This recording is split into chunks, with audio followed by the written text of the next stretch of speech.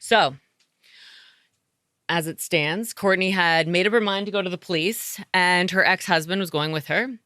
But she needed to go to work the next day, Okay. Ball's got a ball. And afterwards, that was when they planned on going. So that morning, she goes to pull out of her garage. Oh, no. That horrific tire pressure light is on. After having spent a ass ton of money on four new tires, she gets out and she sees that her rear driver's side tire was completely like down to the rim. We're talking. And she's like, there's no chance that I took a curb this time. She's like, I remember. So she goes back inside through the garage door. Oh. And she calls roadside assistance. And while she's waiting, she hears this heavy knocking coming from the inside of the garage. So someone's come in to her garage and is now knocking. It's a male voice who she doesn't recognize. And the man is telling her that she has a flat tire and that he can help her.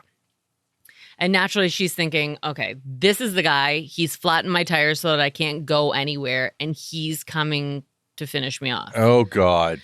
And I'm such an idiot.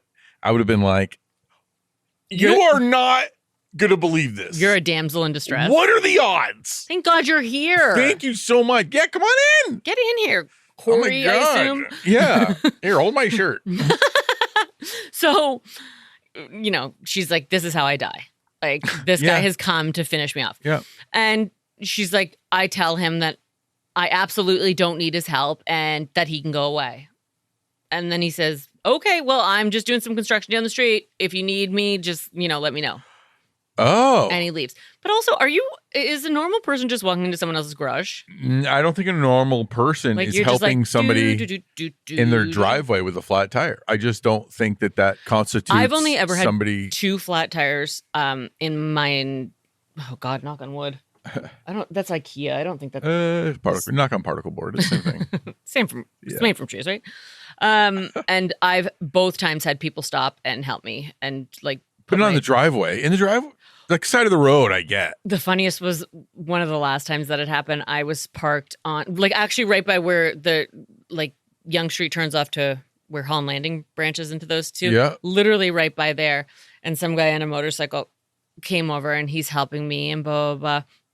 And then my dad was coming home from work and my dad pulls up beside us and he's there. And so my dad's down on the ground, like, just loosening the lug nuts and whatnot, and this guy's just chatting with me, and then he's like, so do you think I could get your number or something? And my dad's like, we're actually really great here. So my God. It was the funniest thing because it's like, what are the odds that my dad is just gonna pull up cock block you? And I was like, Dad, come on, he could have been your son-in-law. This was way before I was married, so he could have been. Anywho. So he just was like, yeah, Kate, fine, I guess I'll get out of your garage. And yep, all right. My see you mistake. Later. These cables are. Do you have more than one set? Because I could really use just some in my trunk. But yeah, so he leaves, and she, whether it's CAA or whomever, comes and takes her with the car, and they go to her dealership, and the guy at the dealership shows her that in the tread, and like we're not even talking like the little. It's like the main roadways. Yeah, the grooves, the tire, maybe. Yeah. There's about 6 to 8 stab wounds that are like in perfect. It was like doosh, doosh, doosh, doosh, doosh, doosh. With you can clearly see it's been done with a knife. They actually showed a picture on the show. Oh, jeez. So somebody's purposefully slashing her tires. So she still goes to work because apparently she's employee of the month. God. And after work that day, she's in her home, and her second ex-husband shows up, and then her first ex-husband. He says, I'm going to come by. I'm going to get our daughter. Well, hello. You're judgy. What? You just want them to have a threesome? The world's weirdest, most like... What? What's wrong animosity-filled... The worst devil's three-way you could think of? Did you do the dishes? Oh, God. Don't you hate it when she gets on your fucking case for not taking... She's so annoying. Did she shape her legs all the time when you were guys with her? are this fucking... I swear to God, I've had enough of your fucking shit. The Perry is. You guys fucking deserve each other. Go in the other room, jerk each other off. I'm done. Did she leave her socks on the couch when you were with her? Oh, shit. Was I just lucky enough to get that treatment? Oh, here comes Miss Farts while she walks. Let's hear what she has to say about this. Here's Mrs. Fart Sneezer. So, oh, she's so cool. She can cough and sneeze while pissing her pants. We get it. That would be hot. But yeah, so first ex-husband's going to come by, get the kid, take her to dinner because he's like, you know what? She doesn't need to be part of this whole situation. Mm-hmm. And so Courtney's like, yeah, that sounds like a great idea. Yeah, I'm hungry too. What? Yeah. He's like, literally, I didn't even care if you got slashed like 3 weeks ago. I don't know why you're thinking I care about your hunger levels. So they're in the kitchen just waiting to go, and the little girl runs in before her dad gets there, and she's got a card in her hand. She said, Mommy, like, we got a Christmas card. Can I open it? And her mom's just, in her feels, and she was like, not right now. You can open it later on. And the little girl's like, okay, bye. I'm going with Dad. Mm-hmm. And so she runs off, and Courtney and her second ex-husband are in, and they're just like chatting, mm-hmm. Awkward and just trying to get through it all. And she's just kind of absent-mindedly, like just opening the mail and like not even thinking about what she's doing. Because I know my kids would kill me if I said, you can open a card later. And then I was like, oh, sorry, I already opened it and put it on the mantle. Yeah. They'd be like, I'm sorry. You're real me. Did you not think that we would care about something like that? I'm gonna tell her Frogger. And so she opens it, and inside there is a printed piece of paper. Did you say pubes? I did. That would be gross. Maybe she opened it. Who knows? Right. And so somebody's like used a little glue stick or something and like popped it into the card. And in it says, Dear Blondie in the black car, you are a dirty, filthy whore. I watch you. I've seen you with him. Don't touch him. He's mine. You're a filthy whore. Merry Christmas. Wait. At which point I'm thinking you don't even mean that Merry Christmas. Stop it. That's not.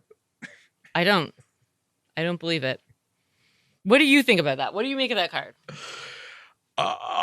It's got to be a red herring. It's got to be. It seems so wildly misleading and misdirecting. Yeah, and if like it's comedically wrong. And if like also like if somebody is like, even if it's not like you're living in a subdivision and you're like, oh, it was 71. I wrote down 73. Yeah, it's hand delivered. Yeah. So, and she wasn't even dating, was she? No, she's just wearing her own negligee. Yeah, she's like a Destiny's Child song. She can't even handle being like the two things that she has to be right now. She's definitely not entertaining. No, she is handling herself as an employee. Yeah, very well. Yeah, so you can't fault her for that. Yeah. So naturally, she freaked out, and her second husband was like, "What? Like, what's going on?" And he picked up the card that she had just obviously thrown down, and he said, "Oh my God, who would send this to you?" And she was shaking and crying and said that she didn't know. She actually went into her bathroom and was sick to her stomach. Oh, God. But because she did not want to show up to the police station looking frantic, like a crazy person, she just tried to go back to bed. Like she was like, I'm very frustrated right now. I do think that's a move, though, right? Like when it's, even with depression, anything like that, with like grief, when you can't cope, you just go to bed. But it's like, get the hell out of there. It's like watching a horror movie. Get out, go, get out. Like I just want to scream that. How many more signs do you need? Yeah, really. So, yeah, she just goes back to bed and. Hey, I gotta go hit your old fart sack. You guys have a great night. Achoo! The husband's like, told you. She does that. Next, I was like, where are you going, whore? Shit. Gotcha. I knew it was you. So she's just raw with emotions at this point. She can't go to the police station. She's just like, I'm going to bed. And the next day she wakes up and she's like, okay, you know what? I'm not even going to I need to go now when I have like the fire underneath me. I'm scared still, but like I'm going, and I'm going by myself, which is like crazy because big improvement. Yeah. So she goes to the police station. She said she was incredibly nervous walking in, but she did end up feeling a certain sense of relief when she walked in and discovered that the detective that she would be speaking with was a woman.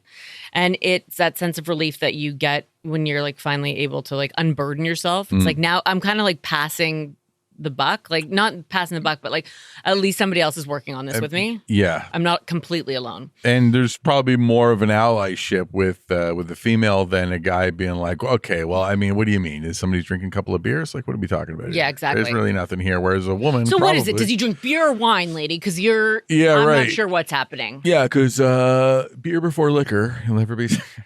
I learned it in high school, so it's got to be true. Mm-hmm. So, she just, lays it all out there and she's feeling better about everything. And so the woman, of course, her name is Detective Carrie Lavallo. Nice. And she, of course, has to ask about the two ex-husbands. And Courtney's like, no. Like they would never do something like this. And she was like, okay, great. So then they start going into the other suspects. We're like talking about the security officer and the construction down the road and all that kind of stuff. So once they get through all of that, which is, pretty much protocol, they start talking about her flat tire and what about the guy that knocked aggressively and said, like, can I help you? And then he was like the world's easiest killer who was just like, okay, if you need my help, let me know. Okay, bye. Bye. I'll be over here. And before we really get into what happened here, what do you think? Like, if you had to make a guess, what would you? I mean, it's got to be like, I don't know if it's like somebody in her life. To me, I'm envisioning kind of a loner who has maybe had some interaction. I don't know what she does for work, but if it's, maybe somebody that's seen her in her job and has followed her home. Okay. That's kind of what I think that it is. And I don't know why, but for some reason, I'm starting to buy the random guy's story as a legit concerned citizen that was at the construction site. And I don't know why, but that's just kind of where I'm at. Okay. So you're just thinking like somebody that she's maybe like brushed paths with. Yes. Who has, maybe you walk by, you smell her perfume, you follow her. Oh, I should not have said that.